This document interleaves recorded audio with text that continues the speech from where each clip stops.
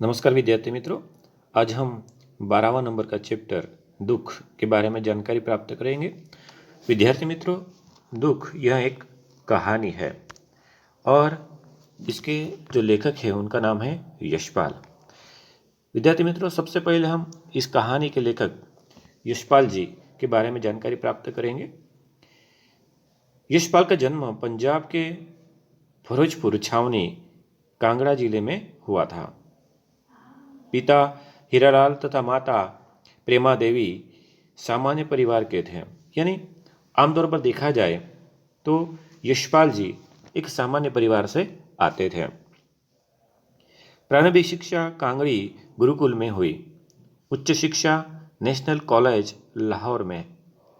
यानी जो प्रारंभिक शिक्षा है प्राइमरी से लेके, तो वह जो शिक्षा है वह गुरुकुल में ली थी, और जो उच्च शिक्षा थी, जो कॉलेज की शिक्षा, जो उन्होंने लाहौर में प्राप्त की थी।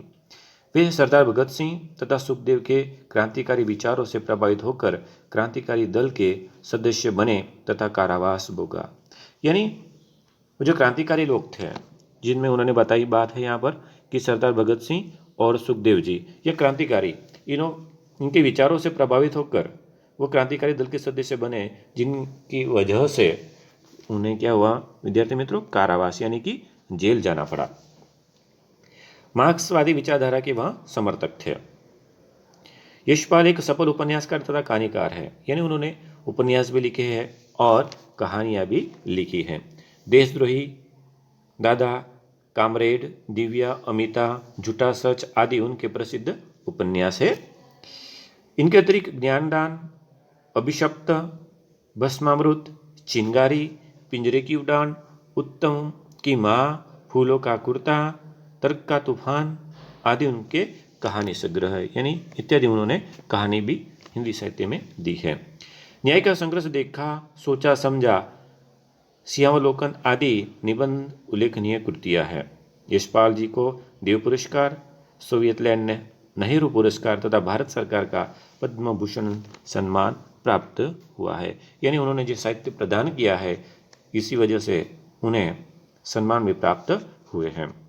विद्यार्थी मित्रों, आज हम जो कहानी देख रहे हैं दुख, इस कहानी के जो भावार्थ है, जो सारांश है, उसे संक्षिप्त में समझेंगे कि प्रस्तुत दुख कहानी आपकी ठोस यथार्थवादी रचना है। यानी जो यशपाल जी है, इनकी यहाँ ठोस यथार्थवादी यहाँ रचना है।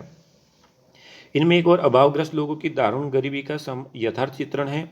तो आर्थिक विपन्नता के कारण बेहाल बेबस परिवार की हृदय विदारक कंगाली का वर्णन है। यानी एक और जो गरीब लोग हैं उनकी जो स्थिति है, उनकी जो हालात है वह बताई है। तो दूसरी तरफ उच्च मध्यम वर्गीय परिवार की औरत सब कुछ होते हुए भी संतुष्ट न होकर अपने आप को दुखी समझती है। यानी एक और गरीब लोगों का परिचय यहाँ पर दिया है, तो दूसरी ओर जो मध्यम वर्ग के परिवार है, उनके पास सब कुछ होते हुए भी उनकी जो स्त्रियाँ है, औरत है, वह दुखी है। यह बात यहाँ पर उन्होंने बताई है। दोनों ओर की दुख भरी परिस्थितियों का तुलनाकार कहानी का नायक है। यानी जो दोनों ओर की परिस्थितियाँ, एक और दारुण गरीबी है और दूसरी ओर सब कुछ है, इन दोनों परिस्थितियों को यहाँ पर एक तुलनाकार ने कहानी के रूप में यहाँ पर हमारे सामने प्रस्तुत किया है। इन दोनों परिस्थितियों की यहाँ पर तुलना की गई है और हमें बताया गया है कि अच्छी परिस्थिति किसकी है। विद्यार्थी मित्रों, आज हम जब ये कहानी देख रहे हैं तो इन कहानी के लिए हमने कुछ मुद्दे लिए हैं। इन मुद्दों के आधार पर इस कहानी को हमने समझना है। तो चलिए कुछ मुद्दों के आधार पर इस कहानी को समझते हैं। पहला देखेंगे दिलीप और हेमा का परिचय। यहाँ पर दिलीप और हेमा यह दो मुख्य पात्र हैं। यानी दिलीप और हेमा दोनों पति पत्नी है।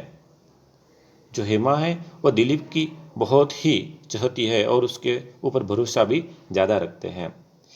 यानी जो दिलीप है हेमा को आदर भी करता है और जो दिलीप ने अपनी पत्नी हेमा को पूरी स्वतंत्रता दे दी थी। वह जैसा चाहे वैसा वहाँ रह सकती थी और दिलीप की ओर से हेमा को कोई भी कष्ट नहीं था। यानी दिलीप और हेमा बहुत ही अच्छे यहाँ पर पति पत्नी के रूप में प्रस्थापित हुए हैं और दिलीप ने हेमा को पूरी स्वतंत्रता दी है, इसीलिए वह अपने तरीके से रह सकती है। यानी यह पहला मुद्दा हुआ। और दूसरे मुद्दे में यहाँ पर बात की गई है कि दिलीप के मन का क्षोभ यानी क्रोध। बात यहाँ पर ऐसी है कि दिलीप ने तो हेमा को पूरी स्वतंत्रता दे दी थी, लेकिन दिलीप के मन का क्षोभ यानी एक दिन दिलीप को बहुत ही गुस्सा आता है और उसकी वजह है कि यहाँ पर एक घटना बनती है। और घटना की बात की जाए तो जो दिलीप है वह अपनी सहेली के साथ सिनेमा देखने के लिए गया था। बस इसी बात को लेकर हेमा क्रोधित होती है और पूरे दिन दिलीप से रूठी रहती है। और रूठी तो रहती है, ना ही उससे बात करती है, ना ही खाना खाती है, लेकिन दूसरे दिन हेमा ऐसा काम कर देती है कि जिसकी वजह से दिलीप के मन का क्षोभ यानी क्रोध आकुल व्याकुल हो जाता है, बहुत ही क्षोभ हो जाता है। यानी जो हेमा है वह अगले ही दिन अपने मायके चली जाती है।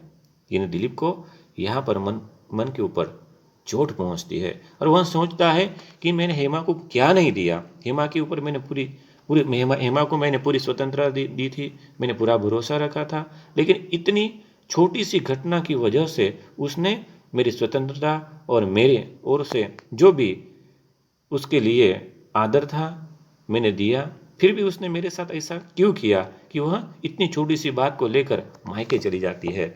यानी इस बात से दिलीप का मन क्षोभ से भर जाता है। अगला मुद्दा है यहाँ पर विद्यार्थी मित्रों, अकेलापन दूर करने के लिए मिंटो पार्क जाना। अब जो दिलीप है हेमा के चले जाने की वजह से अकेलापन महसूस करता है और रूठा रूठा अकेला ही अपने मकान में बैठा रहता है। लेकिन उसे सोच आती है कि एक विचार आता है कि अकेले बैठने से अच्छा है कि हम मिंटो पार्क घूम कर आते हैं। इसलिए जो अकेलापन है उसे दूर करने के लिए जो दिलीप है वहाँ मिंटो पार्क चला जाता है। लेकिन जो मिंटो पार्क जाता है वहाँ पर जो बैठता है वहीं पर भी वह चिंता मग्न बैठा हुआ है, अभी भी वह सोच में है और उसकी सोच एक ही है कि हेमा के ऊपर मैंने पूरा भरोसा किया, पूरी स्वतंत्रता दी, फिर भी वह मायके मुझसे रूठ कर चली गई। वह चिंता मग्न है। वह वहाँ पर मिंटो पार्क को जाता है और उसकी मिंटो पार्क जाने की वजह एक ही है कि वह वहाँ जाकर अकेलापन दूर करने की कोशिश करता है। विद्यार्थी मित्रों, अब इसी समय आगे का मुद्दा हम देखेंगे। जो चौथा नंबर का मुद्दा है कि सुनसान जगह पर खोमचे वाला। अब जो दिलीप है वो मिंटो पार्क तो चला गया है, लेकिन जो सुनसान जगह है वहाँ पर दिलीप को एक खोमचे वाला दिखाई देता है। यानी दिलीप इस पार्क के लिए रवाना तो 6 बजे हुआ था, लेकिन वहाँ अब 9:30 बजे वहीं बैठा है, मिंटो पार्क ही बैठा हुआ है। वह घर लौटता है। रास्ते में अंधेरे के अंदर एक भोला भाला जो खोमचे वाला है वह जो पकौड़े होते हैं उसकी ढेरिया लगाकर बैठा हुआ है। और इस बच्चे को देखकर दिलीप के मन के अंदर रहम आ जाती है और उसे वह 8 पैसे देकर सारी जो ढेरिया है वह खरीद लेता है। यानी सुनसान जगह पर खोमचे वाला लड़का बैठा है, उसके ऊपर जो दिलीप है उसे दया आ जाती है, रहम आ जाती है और वह 8 पैसे देकर जो सारी ढेरिया है वह उस लड़के से यानी खोमचे वाले से वह खरीद लेता है। और जो ढेरिया है विद्यार्थी मित्रों वह किस बात की है, वह है पकोड़े की। आगे का मुद्दा है विद्यार्थी मित्रों, दिलीप का खोमचे वाले के घर जाना। अब जो दिलीप है वह उस लड़के के घर जाना चाहता है और देखना चाहता है कि इतना छोटा सा बच्चा इन सुनसान जगह पर अंधेरी रात में यह पकोड़े बेच रहा है तो इसकी परिस्थिति क्या है। वह उससे बहुत ही प्रभावित होता है और उस लड़के के घर पर जाने की इच्छा रखता है।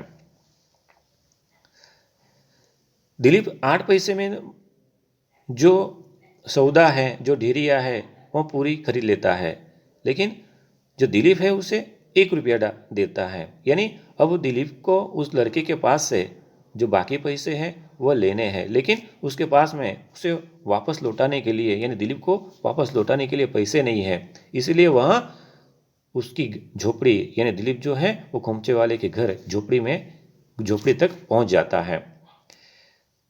बच्चे के घर में लौटने के लिए पैसे न होने के कारण दिलीप उसे पूरा रुपया रख लेने के लिए कहता है, लेकिन उसकी झोपड़ी के ऊपर पहुंचता तो है, लेकिन जो दिलीप है वह सोचता है कि भाई आपके पास में पैसा नहीं है तो पूरा 1 रुपया वह रख लीजिए। लेकिन वह लड़का अपनी माँ से कहता है कि वह जो साहब है वह बताते हैं कि 1 रुपया पूरा का पूरा रख लीजिए, लेकिन उसकी माँ भी उसे मना करती है, लेकिन आखिर में मान जाते हैं और 1 रुपया रख लेते हैं।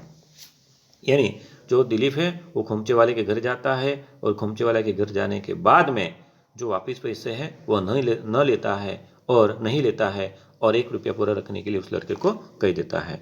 यहाँ पर हम देखेंगे छठा मुद्दा, खोमचे वाले के झोपड़े का अंदर का दृश्य। अब दिलीप जो है वह उस लड़के के झोपड़े के अंदर तो पहुंच जाता है, वहां तक तो पहुंचता है, लेकिन जो झोपड़े का अंदर का दृश्य है वह देखकर दिलीप बहुत ही क्षोभ में डूब जाता है और सोचता है कि कितनी गरीब दरुणता है, कितने गरीब लोग हैं यह। क्योंकि वह अंदर झोपड़ी के अंदर देखता है कि जो उसकी माँ है बच्चे को नमक के साथ जो है सूखी रोटी देती है, लेकिन जो बेटा है वो कहता है कि नहीं, मैं आज रूखी सूखी रोटी नहीं खाऊंगा। लेकिन जो माँ कहती है कि बेटा आज के दिन खा ले, मैं कल तेरे लिए अच्छी रोटी और सब्जी मंगवाऊंगी, उसके साथ आप खाना खा लेना, लेकिन आज के दिन तो खा लो। जैसे वैसे यानी उसके पुचकार कर उसकी माँ उस लड़के को वादा करती है कि मैं सुबह आपको दाल जरूर खिलाऊंगी और दाल के साथ में आप रोटी खाना। दिलीप यह सारी घटनाएं देख रहा है, लेकिन इस घटना से दिलीप को कुछ सीख मिलती है और कुछ मन के अंदर अच्छे भाव लेकर वहां आगे बढ़ता है। अब दिलीप उन्हें 1 रुपया देकर वहां से लौटता है। आगे का मुद्दा है विद्यार्थी मित्रों सातवां,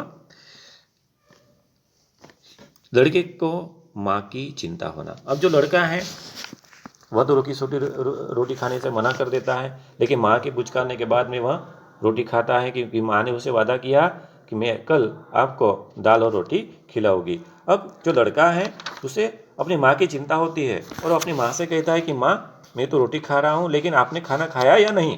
तब जो उसकी माँ कहती है कि हाँ बेटा मैंने रोटी खा ली है, अब तू खा ले।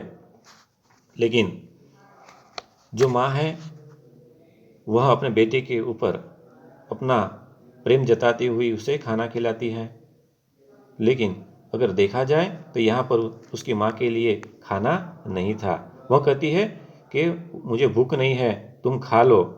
बच्चा घर की हालात से परिचित था कि माँ मुझसे झूठ कह रही है और जानबूझकर कह रही है कि मैंने खाना खा लिया। इसके लिए जो बेटा है अपनी माँ को भी कहता है कि आप भी रोटी खा लीजिए।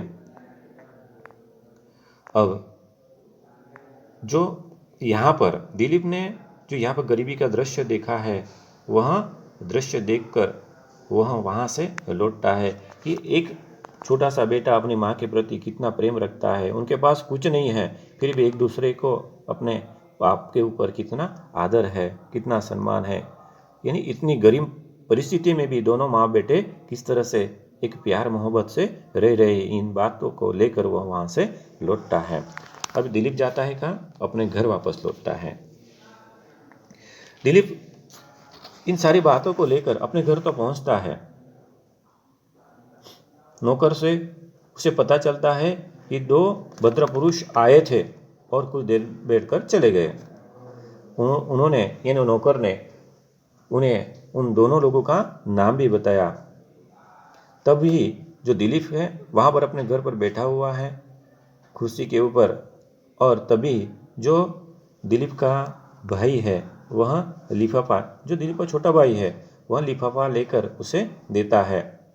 वह लिफाफा था किसका विद्यार्थी मित्रों? तो दिलीप की पत्नी हेमा का।